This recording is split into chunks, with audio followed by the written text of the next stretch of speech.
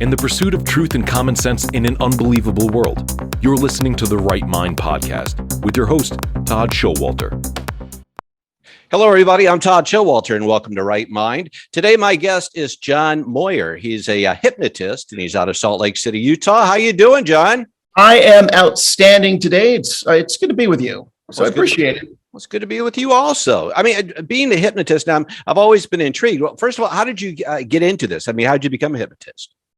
Well, my journey was a bit of an interesting one because I had spent probably almost 25 years as a professional stand-up comedian. Okay. And now the interesting thing about me being a stand-up comedian is that I graduated from theater and film school before that with a screenwriting emphasis. So you're taught when you are writing that all drama is conflict. Mm-hmm. Right. There's not going to be any Star Wars if there's no Darth Vader kidnapping the princess and all of that. So I kind of carried that over into the writing I did for stand-up comedy. So all drama is conflict. I thought the more drama and conflict that I had in my personal life, the funnier I could be on stage, which worked out really well for jokes on stage. But I was a completely unhappy, miserable human being in a very deep, dark hole personally.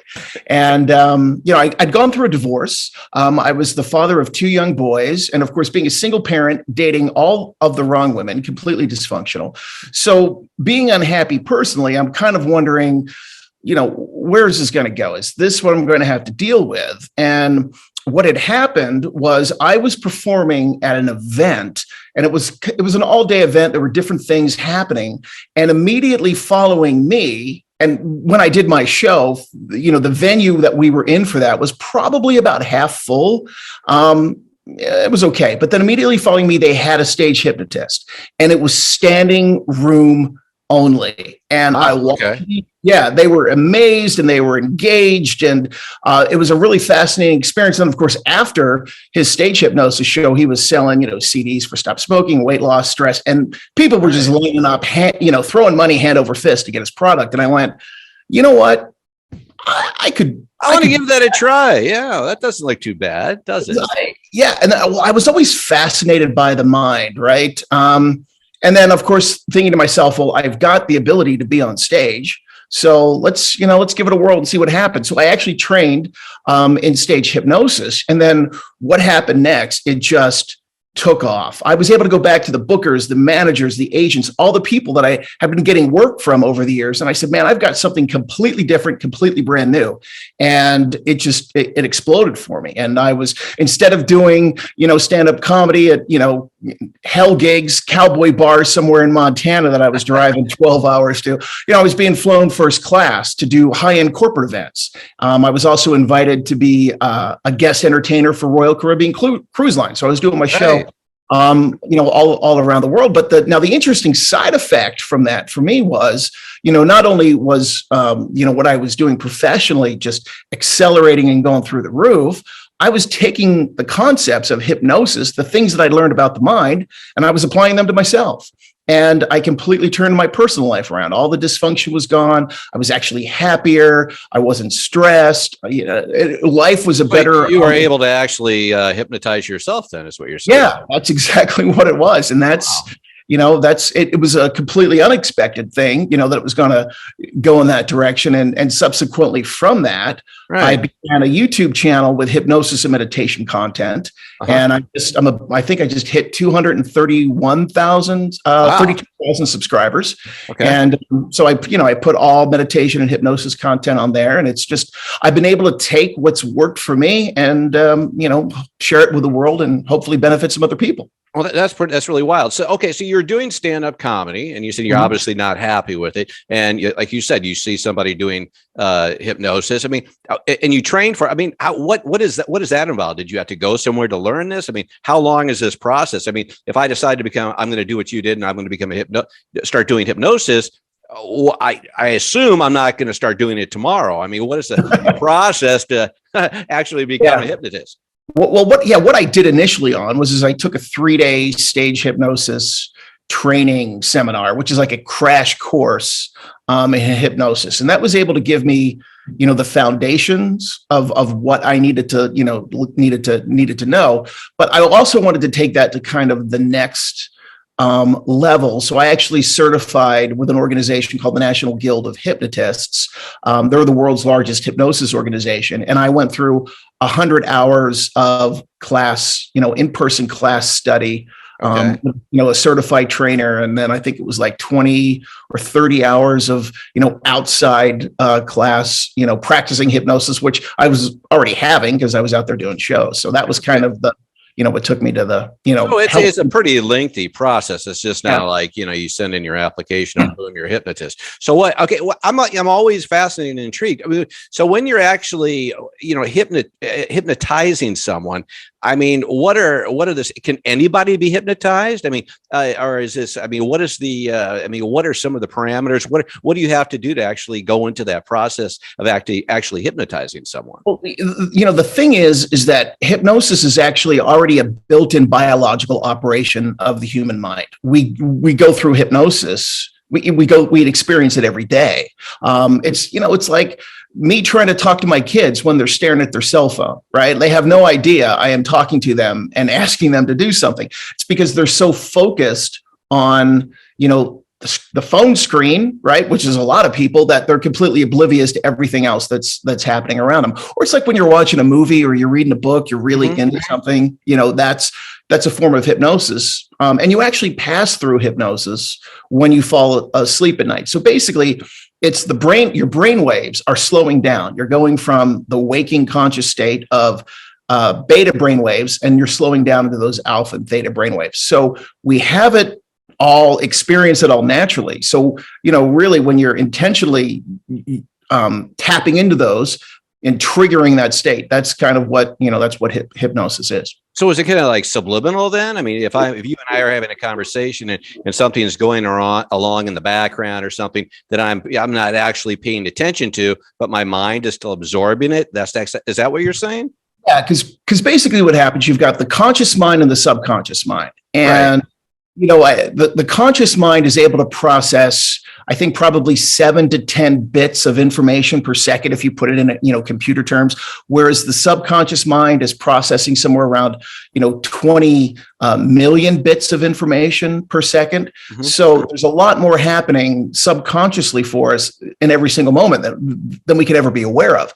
So what happens with hypnosis, and the kind of the analogy that I use is you've got the conscious mind and the subconscious mind. Mm-hmm. Well, there's a gatekeeper between the conscious and the subconscious mind. And I liken that unto the bouncer with the red velvet rope outside of a nightclub, right, who determines who gets in and who doesn't get in. So what you're doing with hypnosis is you're basically distracting the bouncer with a red velvet rope, and then you're just putting in those ideas, that new information into the subconscious mind.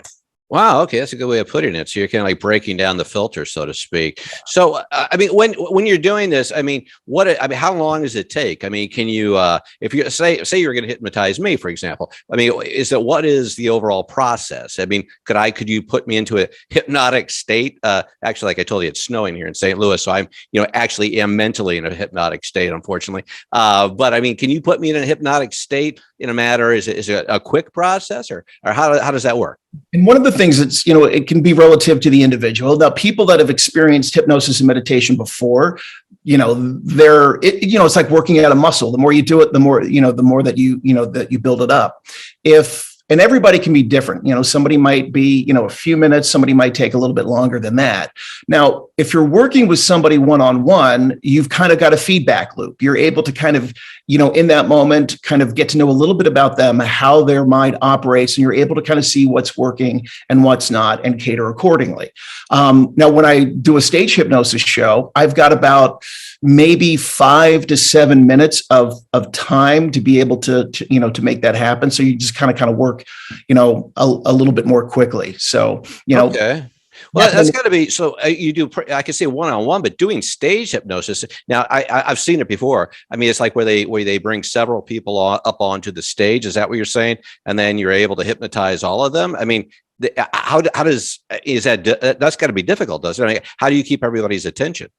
Well, the thing is, first of all, the people that you're getting up on stage, and when I call for volunteers, I also kind of pre-frame everything to let them know that it's going to be a really good experience for them. It's going to be a positive experience. They're going to have fun. They're going to feel good. And, let them know that if there's a goal that they're looking to achieve in their life, their participation on stage in that moment, we're going to empower them to be able to, to achieve their goals. Mm-hmm. So, I've had times where, you might have 20 people on stage. I've had experiences where out of all of those 20 people, all 20 people have been hypnotized, or maybe 15 or maybe 13, sometimes 10, it could be a little bit, less than that. But the thing is that and it's only really happened a few times where there maybe be 2 or 3 people, but those 2 or 3 people that are there on the stage, they're going to be what we call stars of the show, because they're so deep within hypnosis, and there's something about the personalities, that allow them, to stand out. And when you're working with groups of people, bringing them up on stage, another factor relative to that is, an individual's personality. So, you can have people that are hypnotized on stage, but maybe they're just really kind of deep into that state. They're not as animated. So You're kind of a combination of people that, are hypnotized and are interesting to be up on the stage. I bet when you've had, do you have any, I don't want to say crazy stories, but have you had any instances that were, that stand out more than others as far as stage shows you've had, as far as, I don't know, the actions of some of the people that are helping you along? Yeah, there are a couple of things. One of the experiences that I always like to relate, I had a medical doctor on stage once, and I told her that her belly button was missing. And of course, I had given multiple suggestions to different people. So it's like when I'm over here, working with, talking to these group of people over here, there's something funny happening in over the background. And so when she opened her eyes, she starts looking around. She's looking behind the chairs. She's looking she's lifting up her shirt. She's touching her stomach, and, I can hear the audience laughing. I turn around, I talk to her. I go, "What's going on?" She goes, "Look, I am a medical doctor. This is medically and physically impossible, but I've lost my belly button." It's such a fascinating thing to see the battle, right, between everything that she knew, everything that she was trained, and of course reality, versus what was happening with her, her subconscious mind. Because the thing is when you're hypnotized, your brain can't tell the difference between what's real and what's not. So it's like when you're having, you have a completely bizarre dream, and in the dream you just accept it as real. Or, maybe you're watching a scary movie or a sad movie, and you're having the physiological response of the emotion, in that moment. The subconscious mind doesn't know that it's not real, but it's acting upon it as if it were. So that was just kind of a really interesting, the power dynamic between the two, and how her subconscious mind overrode everything that she knew to be real, and she's looking around for her belly button. And when she came out of it, I mean, say when it's over and everything, I mean, what did she recall everything that had just happened? I mean, did she remember that she didn't have a belly button, or is it like when you wake up in a dream, it seems you remember the dream, but it wasn't true? Is it that kind of thing? Yeah, people have different experiences when they come out of hypnosis. Some people, it's like that. It's like a dream. Maybe they remember everything, but things gradually start to come back to them. But it is that like dreamlike state. Other people, I've had experiences when you get done with the show, they have no idea what the heck, what went on and what just happened. But it'll gradually, come back to them. Or other people go, "Man, I remember everything, but it just felt so good. I just felt like I wanted to just keep roll with it, going on with it." So it's kind of a misconception that people, somebody goes, "I remembered everything. So was I really hypnotized?" No, you were hypnotized, but that was just how, you responded, to the moment. And I had another, talking about not remembering what happened. I had another experience one time where I was doing an event it was a county sheriff's event. It was their like an end of year holiday, event. So, and they, these were, blue collar, kind of rowdy group of, sheriffs. And when I called for volunteers, a lot of them were urging the head of their county jail to come up and volunteer. And it was a woman. And she was kind of a tough, no nonsense woman. And they prodded her to go up, which, normally I wouldn't encourage people to do, because you want somebody to come up on stage. That's a participant, but they were a little bit more of a difficult group. So I was like, I'm going to take whoever I can get. So you have this sheriff, head of the county jail, really tough woman coming up on stage. And she's like, this is ridiculous. This is stupid. It's not going to work on me. And she kind of sits back and all right, whatever. And then an hour later, she opened up her eyes and had no idea what just happened over the last hour. Wow. Okay. So, go ahead. I'm sorry. Go ahead. What was so fascinating is, and it's like this with a lot of, corporate events that I might do. People come up and go, now I know this is real because I work with that person every single day. I know exactly how they are every single day. And there's absolutely no way they were faking that. That was legitimate. So. Yeah, well, that was a question I had earlier. I mean, what if you're going to hypnotize somebody? They have to want to be hypnotized, don't they? I mean, if I'm just bent on, no, you're not going to do this to me. I mean, can somebody like that be hypnotized, or I mean, do I have to actually want to go along with it? The odds would be stacked against me. If that's the case, there are rare. Yeah, and you keep in mind too, especially.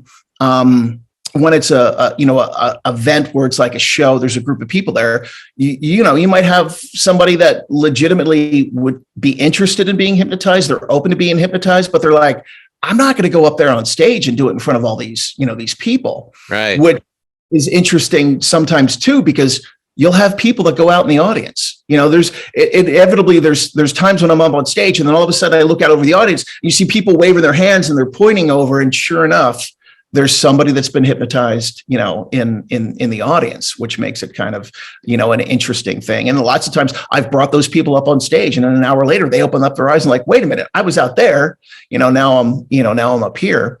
And another one of the things that stand out in my mind when you asked about that earlier, when I was on the cruise ships performing for Royal Caribbean, that's an experience where the show gets over and I still might be on the ship, for a few days. Right.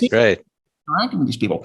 I had a woman that came up to me and she said, I wasn't going to go up and volunteer, but the moment that you said, if you come up and participate, you can empower your mind to achieve your goals. She goes, that's what did it for me. That's what made me want to come up, because she goes, look, I'm a chocoholic. I eat entirely too much chocolate. And apparently her association with chocolate really was a problem because she was eating it all the time. And, chocolate was, choosing her more than she was choosing not to eat the chocolate. Mm-hmm. So she goes, it's been 4 days. I have not had any chocolate in 4 days. I can't even believe this. She goes, my friends can't believe it. And there's chocolate everywhere on the ship. There's buffets, with desserts and everything all over the ship. Yeah. And I remembered her story, and this must have happened 3 or 4 years ago. And then it was funny because just recently she, reached out and found my professional page on Facebook. And she goes, hey, do you remember me? I'm the woman that, didn't eat the chocolate. And she goes, I'm still the same way, Wow. For 4 years? Yeah, it's stuck in her mind that long. Okay, well, so that leads me to my next question. I mean, so you do all these, on stage, it's entertaining. I mean, do you do any like one-on-one? Do you do like private for people that are maybe going through a crisis? I mean, do you do anything like that? Yeah, I did that, early on. I really found that, my passion was kind of being out in front of, large groups of people. Sure.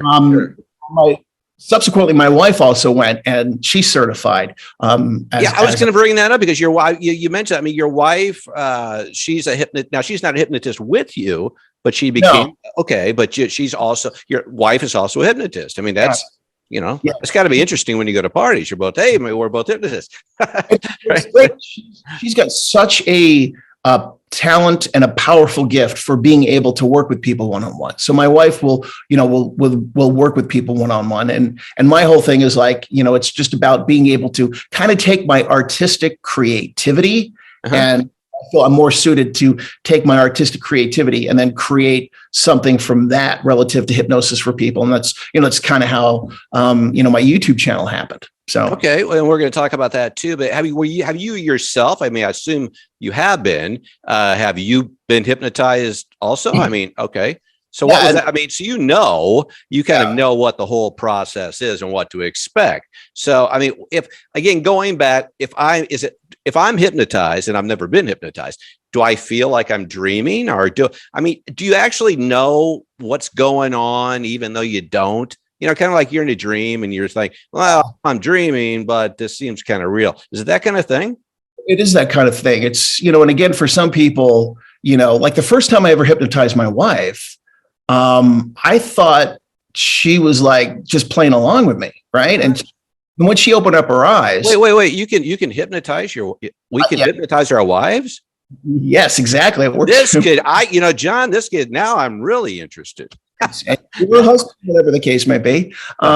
Yeah, and this was when I just kind of started scratching the surface of doing hypnosis, and I had met my wife when we were together, so I decided to hypnotize her, and now I have to preface this. One of the interesting things is, the higher somebody's IQ, so if somebody's like normal to above average IQ, they're a much larger pool of people that can be receptive to hypnosis, because it is kind of tied to an individual's IQ. If you can pay attention, you can follow along. And so, the thing I say about my wife is she's as brilliant as she is, beautiful. She's former Mrs. Utah, first runner-up Mrs. America. Right. Okay. Her IQ, like she's an incredibly smart individual. So I hypnotized her the first time, and she goes down, and I think she's just goofing with me, playing along. And then she opens up her eyes, and she's like, I don't remember what was going on. I'm like, come on, really? And she's like, no. And then the second time I hypnotized her, I actually videotaped it. And when she opened up her eyes, she didn't remember anything. She had no idea of the experience. Mm-hmm. Whereas I said, there's other people. It's like you said, it's kind of just like this dreamy state. And you just feel so good. You're like, okay, let's roll with it. Because, and especially when it comes to, doing the show on stage, there's a part of the brain, that's responsible for our self-awareness that gets dialed down under a state of hypnosis. Mm-hmm. So if people get up on stage, they just want to have a good time, and they don't care that there's an audience of people watching them, because it just feels so good, and that self-awareness is dialed down. That sounds like a lot of fun. Going back to your YouTube channel, now you've got a channel. You say you have over 200,000 subscribers. That's a heck of a lot of subscribers. Tell us a little bit about that, and what can we find on your YouTube channel? And that was something that completely happened by happenstance. I wasn't even expecting it. In the like 8, 9, 10 years ago, whatever it was. The big thing, hypnotists were always selling back of the room merchandise after a show. Mm-hmm. You go back 50 years, they were selling, records, and then it was cassette tapes, and then it became CDs. And then, of course, what was going on in the last, over the course of the last 20 years, 15 years, CDs were becoming obsolete. The iPod came about, MP3 files. So I'm on these Facebook groups and these different places where I go and interact with other hypnotists, and they're all talking about people don't have CD players anymore. What should we do thumb drives? And hypnotists were asking, where can we buy thumb drives in bulk? And we could put MP3 files on there, and then we could sell those after the show. And I thought to myself, I'm just going to put everything as a digital download on my website. Mm-hmm. And then I'll just tell people at the show, if you want, you can go to my website.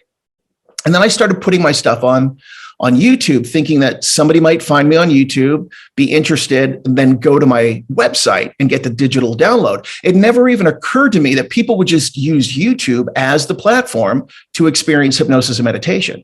And, I had some stuff that had taken off on YouTube, which caused me to realize, hey, this is a market. This is an area here for hypnosis. So I dedicated, my entire YouTube channel strictly to hypnosis, programs, meditation programs. And, I had my channel since 2006, but it was like comedy videos, clips of my stand-up show, right, my stage hypnosis show. So it was, I think, about 3 years ago, I completely revamped the whole thing, and it was all about hypnosis. And, it took me 3 years to go from, I think I had less than 1,000 subscribers to hit 100,000 subscribers, get that, YouTube silver play button plaque that I've got hanging on. Well, what was it that sent you over the edge? I mean, as far as those giant numbers, I mean, now when you go onto your channel, just for people that haven't been there, are they training types of videos? Are they just videos of your shows? I mean, is it what type of content do you have on your channel? It's audio based, but I might put some graphics on there. It's like a looped graphic or something, it's not right. My voice, seeing some graphics. And the interesting thing that my channel has become about, there's a term that, people call sleep hypnosis, where people were looking for something that they could turn on and listen to to help them fall asleep. And I had one particular program for sleep that was what went viral and what brought attention to my channel. And I found that people were looking to have something that they could use to fall asleep and then continue to play, in the background while they were sleeping.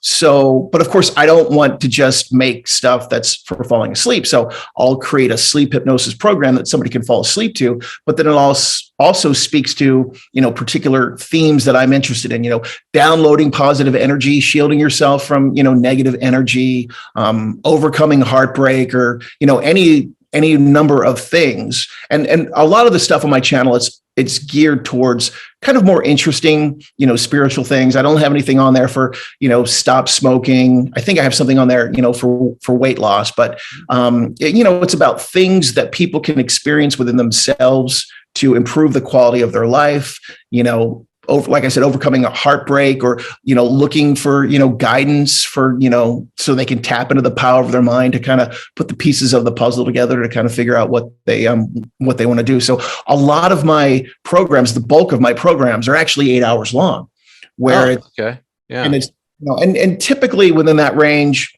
the first maybe hour to 90 minutes is actually, an original, that's that recording. And then after that, it'll loop for, the remaining 7 hours. But YouTube is all about specifics. They want to dial into very specific, group of people. And for my channel, it's not just people that are interested in hypnosis. It's people that are interested in hypnosis, to fall asleep. And they're looking for something that's, an 8 hour long. Very niche oriented. So you try to find a specific thing. So if what is it? I assume if you go to YouTube and just put in your name, John Moyer, you'll be able to get to it. Yeah. Just type in, you can type in John Moyer hypnosis. You'll find my channel right away. And right there. We'll put that up on the screen too. Now, all these things, now you're offering these things. Are you mentioned like people that, at these other shows, they were selling CDs. Are you all also like offering courses that you're selling, or how does that work? I assume you're just not giving all this information away, or maybe you are you?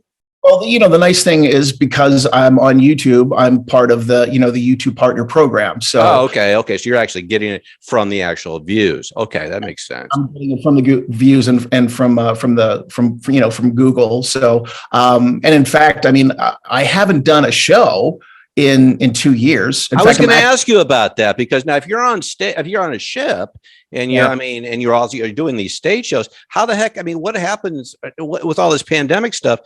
How are you able to, was it all YouTube? What were you doing? Where I was really fortunate is that when everything shut down, essentially, YouTube, was able to comfortably support me. So I dove in full time to just, committing everything and all my efforts to what I was doing with YouTube. And it was a really, I feel bad for a lot of my entertainment friends that were on the ships, because, that was everything, that they had. So if there's a financial testament that I can add, is having multiple streams of income is a really, really good thing. Because, my friends that were on the ships, they, everything shut down, and, they were completely out of work. They had nothing going on. And the thing is that because more people were home, obviously people were having, it was a stressful situation. They were dealing with a lot of stress. So people were online more. So of course I was able to grow my audience base, because people were looking for something that was going to, benefit them. So for the last 2 years, I've just dedicated myself full time to YouTube. I've had offers to do shows if things have opened up, and, I kind of said, no, I'm good. But then I got an offer, a month ago to do a university event. And it was one that I've done 4 or 5 times previous to everything shutting down. So I said, for you guys, I'm going to come and do it. So I've got to kind of dust myself off and go back and watch. Sure. So because I can hypnotize people online, let's make sure I can hypnotize people in person. Okay, so I see you actually. Because if you go, I guess that was another thing I was thinking about.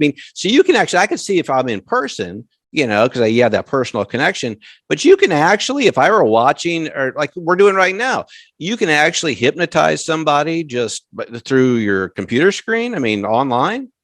Yeah, because it's a case of, and we talked about the term sleep hypnosis. Right. A lot of people the term guided meditation, guided hypnosis.